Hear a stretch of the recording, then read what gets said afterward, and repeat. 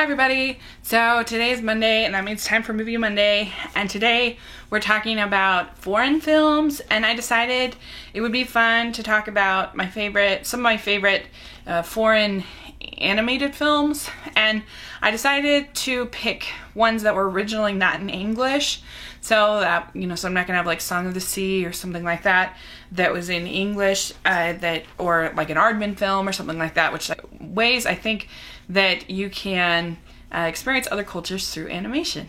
So my first one is Nausicaa and the Valley of the Wind, and this was Hayao Miyazaki's second film that he did. And this is the first one that really felt like a Studio Ghibli film. It has a lot of weird kind of elements in this dystopian world, and these people most of the world has become toxic and they can't live, but there's this valley that has become protected, and the people live in this survivors, I guess, live in this valley, and they have a princess named Nausicaa. And she, of course, values peace above anything. And there's these bugs that are able to survive in the poisonous forest. It's poisonous to humans. And so, yeah, there ends up being some conflict that's just to deal with. And it's a wonderful story with a great female character. It's so creative. And it took me about 20 minutes to really get into it, but then it definitely won me over by the end. And incredible animation and great music from Joe Hisaishi, who did every single Miyazaki film except for The Castle of Cagliostro, which was his first movie. And I wanted to particularly profile this film today because I've been sort of involved in the leadership of over at rotoscopers.com. We're doing a Studio Ghibli countdown, and today we'll post the review of this movie, Nausicaa, the Valley of the Wind. So definitely, please make sure to check that out. And we look at these countdowns as sort of celebrations of these films more than like nitpicking or reviews or whatever. But if you want to learn more about this movie and about all the Studio Ghibli films, every Monday and Friday for the next up to 24 films, we will be profiling these Studio Ghibli films. So it's going to be really, really, really neat. So next choice is Persepolis, a wonderful film by Marianne Satrapi, based on her graphic novel, and it is about her growing up in Iran and sort of her experience in the Islamic Revolution, and sort of how she goes from sort of supporting the king to supporting the revolution to doubting the revolution to all sorts of things, to her relationship with her parents, her love life. It's really a rare animated film where you get the whole life of a character from the time she's a little girl all the way until she's an old woman. So it's really neat that way. The black and white kind of style is really wonderful. It was nominated for Academy Award. Have Boy in the World by Ali Bray, I think is how you say it.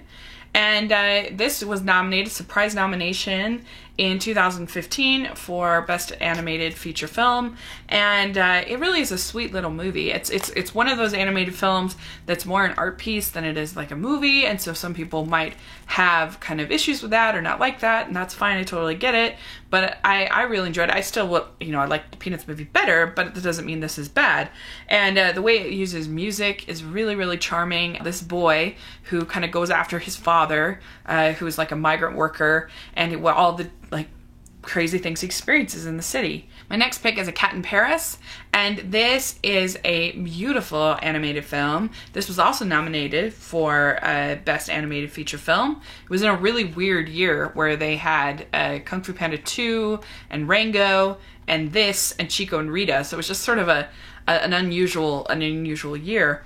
And then I think maybe Puss in Boots too, maybe. I might be getting confused. But anyway, and I loved this movie. It was a lot better than I expected it to be. The story is actually really good mystery story, but it also has really good character moments. This girl finds this cat that's sort of, the cat is kind of the kind of takes you through the story in a way, and the cat ends up is actually sort of working with this cat burglar. And we think we know the cat burglar at the beginning, but there's actually a little bit more to him than we might understand. And the thing I liked the most about this movie is that, so her father has been killed by this mobster guy, and by this gangster, and her mother is a cop, and her mother has to do all of this investigation into this man who killed her husband. And so she is a really unique single mom, not just the frazzled working mother that you see in a lot of other movies. She's kind of destructive, and she's kind of toxic in ways, but then she's also really loving, but she's really sad and depressed. She's just a really complex, interesting character that I really liked. And I think the story goes places I wasn't expecting it to. And it is also so beautiful. It has this cubist kind of style. It looks like something Picasso would have made if he ever made a movie. Is Paprika.